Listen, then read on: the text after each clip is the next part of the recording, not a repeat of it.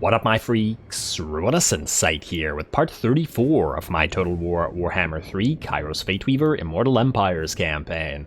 So as we saw last time, Fire assaulted the Citadel of Dusk, wherein he won by virtue of capturing the Victory Plaza to the chagrin of all the defenders on the walls. It worked out pretty well, and his casualties were minimized to the 2 units that were in the towers that got destroyed. Pretty happy with the result, and now we should have sufficient strength with this army to fight full stacks from the lizards when they come for us. And come for us they shall. Now, what we do still have to do this turn is have a fight with Kairos against all of these forces of Arkhan the Black, which is not going to go so well for him, I would imagine, and it's also going to be very ugly for this faction, as these are the main forces that he currently has. In fact, I think Khemri is basically done for. They have nothing left.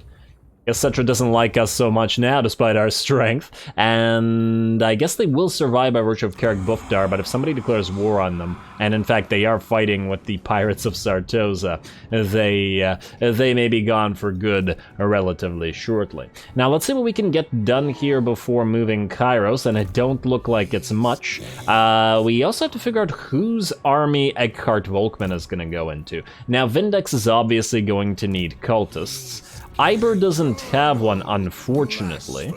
Though, Now, you have Adriazel here, because he has the Lore of Metal. And yeah, I guess we should keep Adriazel. The thing about Adriazel is that he provides Glittering Robe, which is pretty useful as far as spammable spells go. And then you provide the Lore of Tzeentch, which is Infernal Gateway, and Tzeentch's Firestorm. Well, actually, no Infernal Gateway. Wait, actually, you have Infernal Gateway, so you can cast it. But you would have the Tzeentch's Firestorm. Yeah, alright, fine. Let's get you that Tzeentch's Firestorm, and we will think about adding a cultist here, although 4 heroes feels like a little bit much. Could we do without the second Lore of Metal unit? Do we actually need Adriazel here? That's the real question. He does provide the other Trickster Shard and the Tormentor Sword, especially flying around on his disc, but isn't perhaps the most necessary unit here. And he has Tough as well. Also, are you on your Burning Chariot? Yeah, let's not do that. And honestly, the Loci aren't going to be that helpful for you either. Mostly because this army is going to be primarily a melee army. Though, you do have Searing Doom as well, which obviously Iber does not have. It's really annoying that the Demon Prince doesn't have either Searing Doom or Pink Fires. Could have at least kept one of them. One of the 2 good spammy spells. Not the frickin' Magic Missile, but anyway. You know, I'll think about it. For now, I think we'll send you to join Vindex, and then we shall see about having you, about another cultist to join Garrulus as a second cultist? Perhaps. Another War Shrine would be good. I just want more cultists everywhere because of their Gates of Tzeentch ability. But anyway, nothing else to move unless I'm mistaken. Iber can still move, but he doesn't really need to. Kairos can still move, and we got buildings to build. Alright, let's start with the buildings, and then we'll attack. Mostly to spread out the battles in the admin. Barrier Idols, okay, nothing needs to be done here. Coast of Araby, Al-Haik. Why is this... Oh, you're under siege, yeah, that's fine. Black Pyramid, you're good. There's a lot of places that probably still need money upgrades. Stormhenge, let's go for you. Yes. You still have the Architect's Theorem. Maybe we keep it for now. And just in case Thorik comes here, I have a feeling he's going to try to go for Gorgazad. Not 100% sure, but I feel like that's what the AI is going to do. Anyway, Godless Crater, you're able to level up to the next thing, so let's do that for you, and that's quite a bit of our cash there already. Cracked Land is next. Aha, money. And that's the Black Tower of Arkhan, but let's keep leveling things here. Wait, not no, Zandri's on the coast. Let's level Zandri. I was thinking maybe Al-Khalabad first, but nah. Demonic Gathering, yes. What do we have here in Khemri? Qatar? No, we are holding off on those. I remembered this time. But let's get you a Thaumaturgic load, at least until we're ready to delete all of these in favor of buffing up the province. Next up is the Golden Pass, but there's just military stuff there that doesn't matter. Next, military, money. Money and tomes, or grimoires rather. Alright, looks good here, and here, and here. Alright, I think most of the rest are good. Which means we either spend more military buildings, or we get walls and stuff up and running. You know what? Maybe we'll spend this... well, you know what? We gotta upgrade a few main territories in a couple turns. In fact, Kasabar could do it right now, if we had the cash. You know what? Now let's upgrade Kasabar after having Kairos attack and get the money from the defeat of these enemies. I think that should work out. Let's have a nice cinematic battle against all these. Close defeat.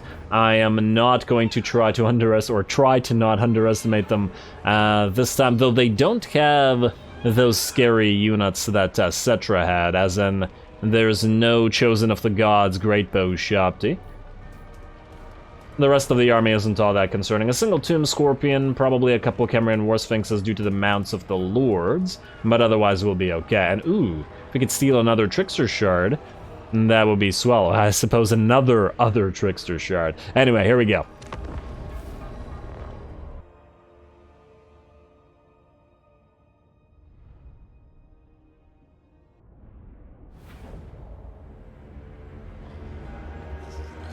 This battle was long prophesied. Our fates bound together.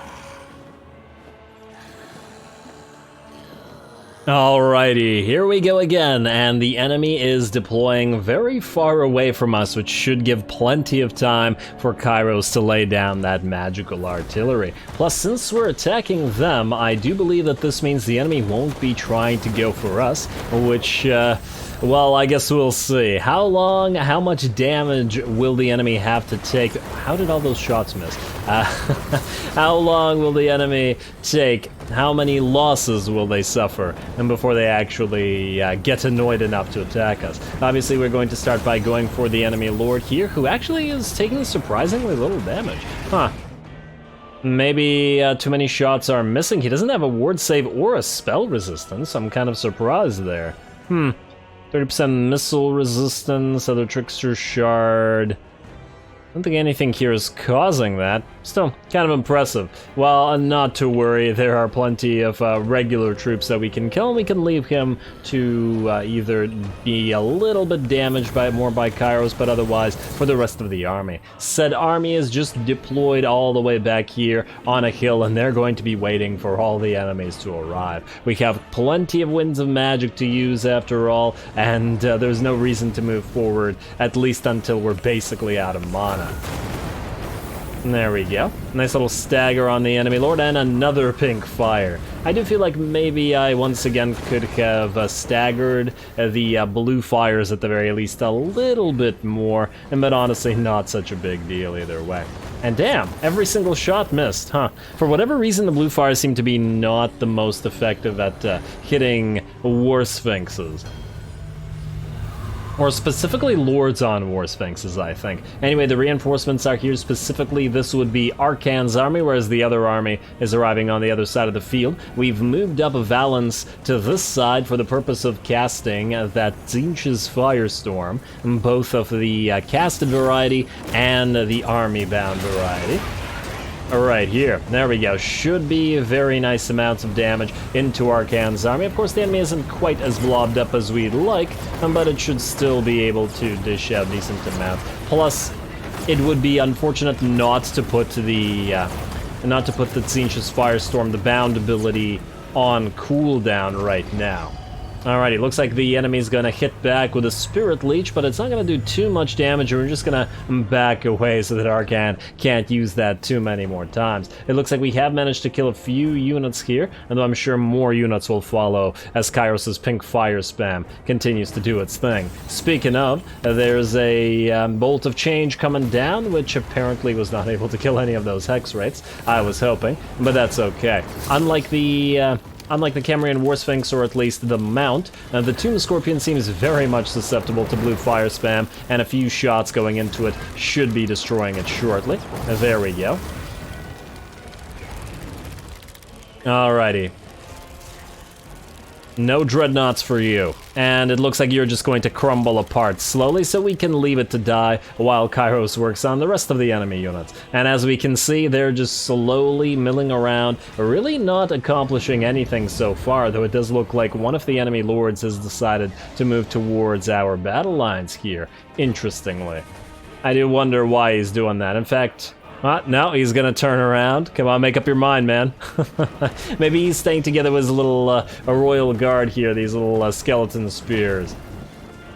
If we wanted to, we could move forward towards them, but once again, the more they mill around and do nothing, the longer Kairos has to dish out damage. He's already got, let's see, 45,000 damage under his belt. 67 kills ain't crazy, but the damage dealt is pretty damn decent. Although I imagine a fairly decent amount of it will probably get healed out. Anyway, let's speed this up a little bit as the enemy moves forward.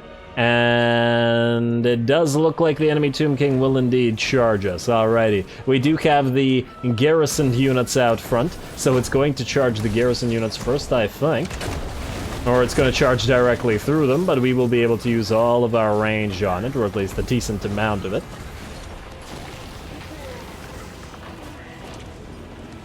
Yeah, looks like that armor and that missile resistance is pretty sufficient here. It's not dropping nearly as fast as I'd like.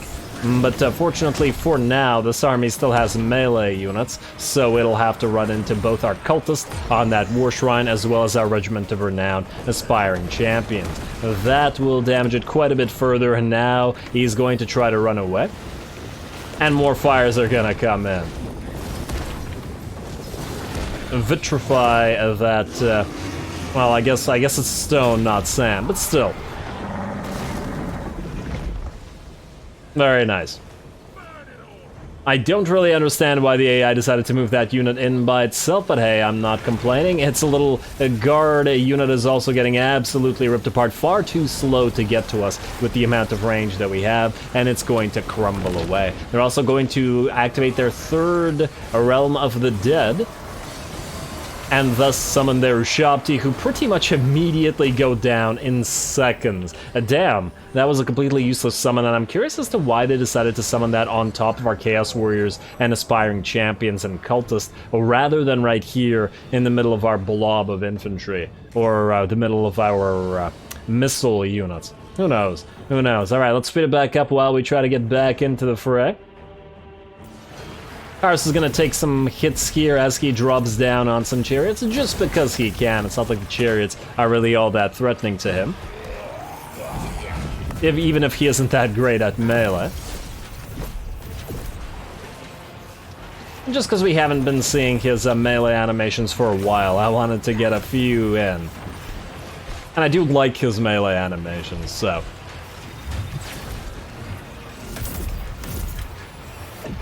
There we go. Alrighty, how's this unit doing? Well, it's actually not that damaged, but once again, you are not supposed to expect Kairos to do that much damage in a melee blob. It would actually be much faster if we sent in the Screamers and the Knights to deal with this, but we can do so afterwards because the enemy has plenty of other units back here. Anyway, we're going to speed this up again because otherwise it's going to take a little bit too long here. The enemy really doesn't want to seem to engage, despite the fact that they've already lost 800 units and probably taken a ton of damage via various spells. Well, if they're willing to do that, Kairos is perfectly willing to oblige himself. Come on, AI. And oh look, all of these units just standing together, ready for some pink fire. And as well as a Glean Magic on Arkhan himself, which should help us add additional fires to the blob. Maybe we should have moved in Valence to cast another Tzeentch's Firestorm here, but honestly, I don't think it'll matter that much. Yeah, there we go. This is really a suboptimal formation there, AI. It's not even really a formation. I just don't think that they know what to do exactly. They think that they're supposed to defend, but instead Kairos is just ripping them apart, and they really have no answer to him. They have a couple Sepulchral Stalkers, but their ranged, ironically, are very limited. In fact, we are being chased by the relatively limited number of skeleton archers that they have here, but they're so damn slow. And when they come here, we should just be able to pink fire them anyway. Alrighty, well, I think the rest of this, you can guess how this goes, so I'm just going to speed it up until the ant's nest gets kicked and the enemy is annoyed enough. We are at 2,600 enemy units left. Let's see, they'll probably get to half by the time they're ready to fight us. Kairos is still going to fly around, there's another pink fire, and I think we've seen Kairos fly around and cast those spells enough times not to need to see it at regular speed. Let's wait until the two armies engage each other. Our Chaos Knights of Tzeentch have moved out in the hopes of meeting something, but it looks like the enemy wants to counter with some Necropolis Knights and Hex Wraiths and Nekharn Horsemen, which would not be a great matchup for our Chaos Knights, so we're just going to back them up. These Sepulchral Stalkers are also moving in fact they've stalked towards them because I couldn't see them, but they will move into a place where they will be vulnerable to range fire shortly, so I'm not sure that that was such a good idea in the first place. And there we go. Now they should be close to range for our pink horrors, and our flamers are going to start working on them, although I don't imagine they'll be particularly effective against such a unit. But altogether there should be more than sufficient damage for this.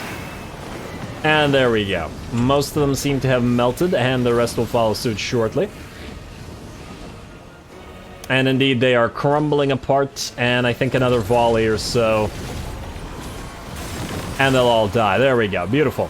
Alrighty, well, it looks like the enemy is in range with its artillery, but we are in range with other units as well. Some Hex Wraiths moving in, but unfortunately this skill prevents our Flamers from firing, which means we have to run the heck away.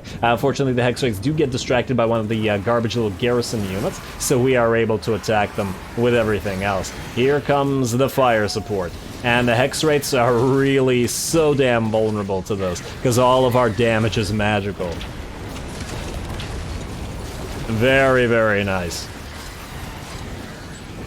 Always hurts to see Hex Wraiths die like this, because they're one of my favorite units in the entire game. And hello, if it isn't some Necropolis Knights getting charged into the back by our own Chaos Knights of Tzeentch. I would like to see what a full matchup between these two units is, especially as these are the regular non-halberdier Necropolis Knights, so it's essentially anti-infantry versus anti-infantry. That said, Necropolis Knights do have armor-piercing damage, whereas... actually... It says armor-piercing damage. What's the actual armor-piercing damage? Actually, 42. Not too bad, whereas we don't have much, do we?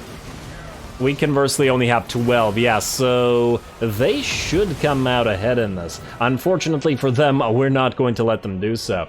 We are going to get Kairos in to drop a Gaze of Fate on them, dropping their melee attack down to 4, and that's pretty much the minimum, while the Chaos Knights continue working on them. In addition to that, the Skeleton Archers, our Archer Chariots rather, are being attacked by our Doom Knights together with our Screamers, and I didn't see who did it, but our... one of our flyers did manage to silence those Screaming Skull Catapults real quick. And there we go. And it looks like the enemy is going to be feeding a lot of its units to us piecemeal, which is, once again, not very effective. If this is the last hurrah of Arkhan's faction, as in, he has no big stacks left after this, this is not very impressive, Arkhan. Though, to be fair, the Tomb Kings can rebuild their armies so quickly, I do imagine we'll be fighting at least a few more stacks by the time we're through with them.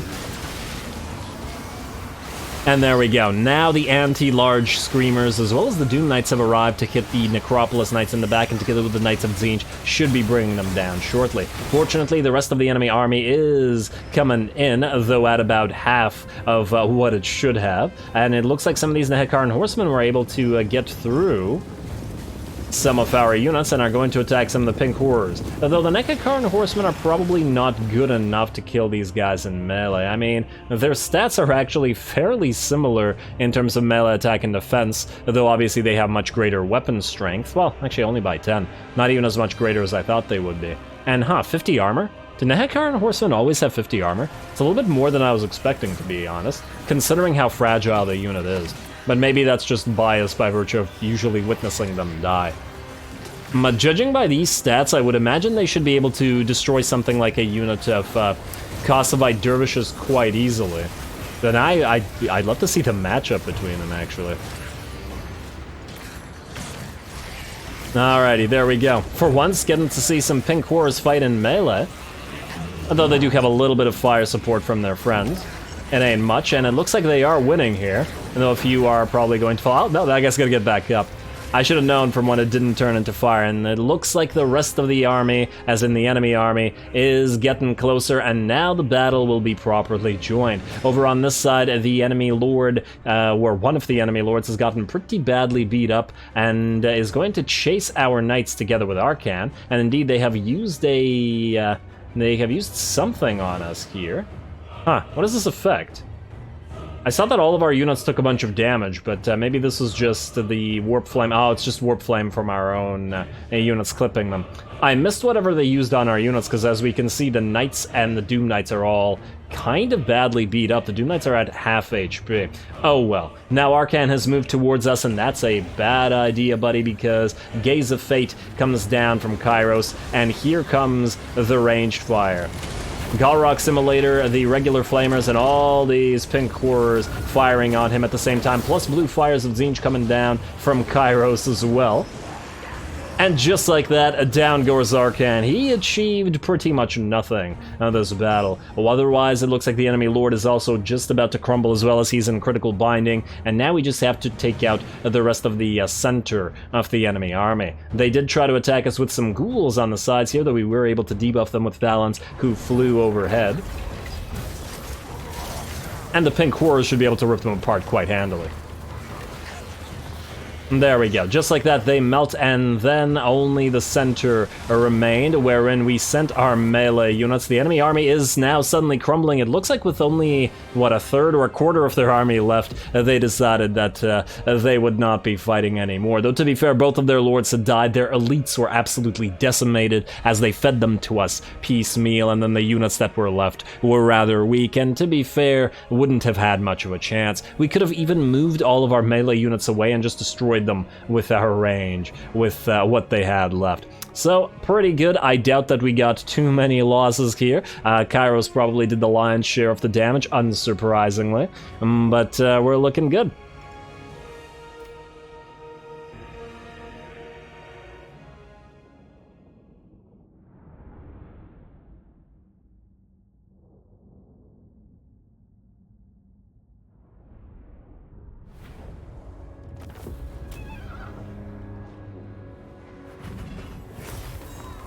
Well, there we are. 8 losses and very little difficulty, and hey, a free Warrior Bane on top of it. Yeah, really goes to show how bad the AI is at, generally speaking, facing off against an army with Kairos and his magical artillery, because they really should have attacked us immediately when the reinforcements came onto the field. And I know that they were technically defending here, but their only real chance was to overwhelm us before Kairos did too much damage to their army, which they unfortunately were unable to do. We are going to, you know what? Heal up. Well, let's heal up here, and hey, we have the defeated Arkhan. I didn't even realize we had never killed Arkhan with Kairos personally before. Whoops. Well, still, good job, Kairos. Phyrus, I do have to wonder whether it would be difficult to take it. I don't imagine it would be, but would it be better to take Phyrus first, or Martek? I guess we could go Phyrus to Kofur to Martek and then back out to Lashik. I don't imagine we could go Phyrus directly to Martek. But still, let's take Phyrus first just so that these guys don't raise any more armies here. And by these guys, I mean Khemri, obviously. Auto-resolve this, probably, yep, 91. Way more damage from this than the actual battle. Occupy. I'd fight it if it wasn't such a waste of time. Let's delete that, and everything else I believe is fine. Also, we gotta go Winds of Magic Manipulation. Aha. So, Shifting Sands to Land of the Dervishes, and Heart of the Jungle to Coast of Araby. And is that it? Alright, we're the capes. I forgot about you. There we go. Not so much it. Okay, now that's good, and we got a decent amount of cash. Kasabar. Where are you? Should be down here somewhere, yes. Now, you are good, I believe. Yes, good. So yeah, you can now switch to a Dimensional Cascade, as we will no longer be needing any growth buildings here. And thus, the rest of these slots will be filled up with military buildings. I'd say in about 10 turns we will have all the tier 5 military buildings necessary to, well, continue, I suppose, retrofitting our armies as it has begun, as in the process has begun. Otherwise, we have a little bit of cash remaining, but I don't think we need to spend it right now, and we're free to go next turn. I'm really curious to see what exactly Viola Nord is going to do, because this seems like a really fun fight for Garrulus. In fact, I do wish that we had these units available for it. Not that they'd be particularly useful against the man-eaters, but at the very least against all these zombie piles. Yeah, the man-eaters are going to be difficult to bring down. Once again, this army has no anti-large. In fact, I think maybe later on we'll probably switch these Chaos Warriors of Tzeentch to Chosen of Tzeentch with halberds rather than the regular type. And yeah, that'll make them more vulnerable to range fire, despite the fact that they are melee line, but it probably will still be necessary because it's just too difficult to bring down large units with this army.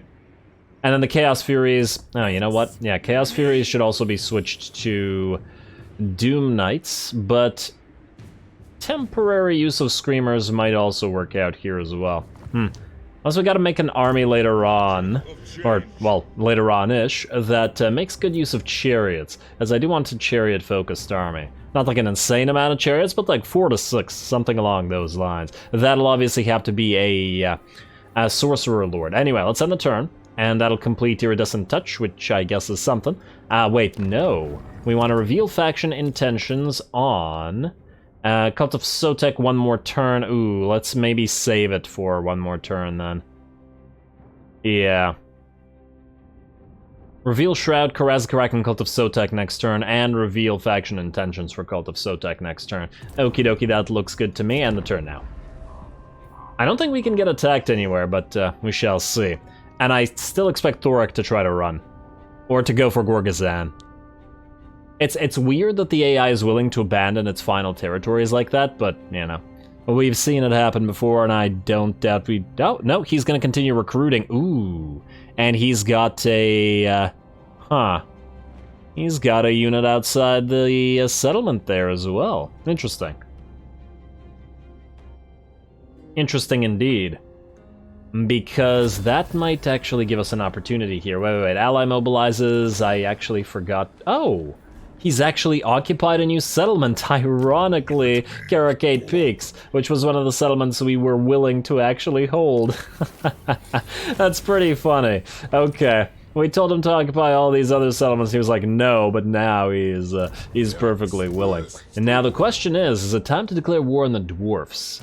The thing is, if we do, they'll immediately try to attack Lamia or try to go past Lamia into all these territories, though they are nicely walled up because we expect to be fighting both the dwarfs and the orcs. The orcs, however, remain the #1 faction, in theory stronger than we are, so leaving them to fight the dwarfs isn't such a bad thing either. I'll have to figure that one out. Let's start by... I guess attacking Dusk Peaks, although then these guys could in theory attack us. I do wonder what the damage would be from an auto-resolve on this. Hopefully not that much. Well, let's attack either way. And then if we have to defend, then we'll have to defend. Auto-resolve, please. Yeah, some damage, not horrible, but worse than I'd like. Occupy the place. There we go. So what I expect will happen now is Grendelarden is going to attack Dusk Peaks, or siege it, while you march stance this way. Hemolytic? Okay. Yeah, I think that's what's gonna happen, but I think in that particular situation, we will have the advantage. Now, where did you go? Aha. You're here, which is good. Now... it looks like they're going to try to go around this way. I'm not 100% on it. Damn, because if they go around that way, I wonder, would they be willing to fight Garrulus? Like, if we just stay here, would they attack us in the field or would they run from us? I'd really love to know. Because that depends on whether we want to ambush this particular character, or whether we want to actually sit here. The thing is, since it thinks that Ekrund is closer to here, going around, you might go for Bitterstone Mine. Damn it! I really don't want to give chase to this army. You know what? Let's put you here, outside the attrition. Let's just hope that you go for it. And if it doesn't, we could always teleport over to Arkhan like this, over this little mountain, and then go this way. And that'll work as well. Now, research. The little remaining research that we have to do. Doesn't really matter what we pick here anymore, because the rest are all pretty much just useless stuff for us. Well, useless in the sense that until we get those Lord of Change bound spells. So let's just get you this and this. Wait, this and this. Oh. Can't get both at the same time? Fine, fine, fine. 1, 2, 3, 4, 5, and then 8. 8 turns until all research is complete, and we switch all of our territories to Grimoire generation.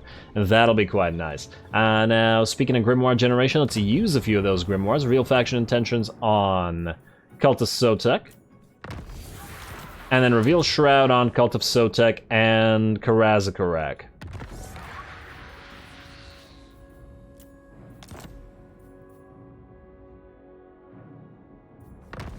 There we go. Like so. Next up, is there anybody that can get a fight going? Well, first of all, we want Vindex to get the Thorek trait. The question is, what would happen if we were to siege this? Would they stay there? Would they not? I'm thinking what we do here is we siege Ogrul Migdal so that Thorek can't run away. Even if his little army could. Hopefully, this will mean that he will not sally out. If he tries to sally out, we'll back off. I don't think he will, but I've been wrong before. Hopefully this will essentially keep him in place while Vindex moves in to steal his old Grumslayer trait, and we're going to move Voljax in for the same purpose. If we can get the old Grumslayer trait on both of them, then we can keep both of them around. So yeah, was originally going to send you to Kairos, but while you're here, I might as well do that. And you can join Vindex because I don't have anybody else for you to join. Alrighty. It looks good to me. And next up, yeah, you know what? I don't think there's any more battles likely to be happening in this particular episode. And there's a lot of admin left, but I think we will just leave that to next episode. Kofor, you are going to be... Ooh, we can attack Martek right now. Oh, that's interesting. So then maybe we go Martek to Kofor to Lashik? I don't think we'd be able to reach Lashik in one turn either way. You know what? Let's take Kofor.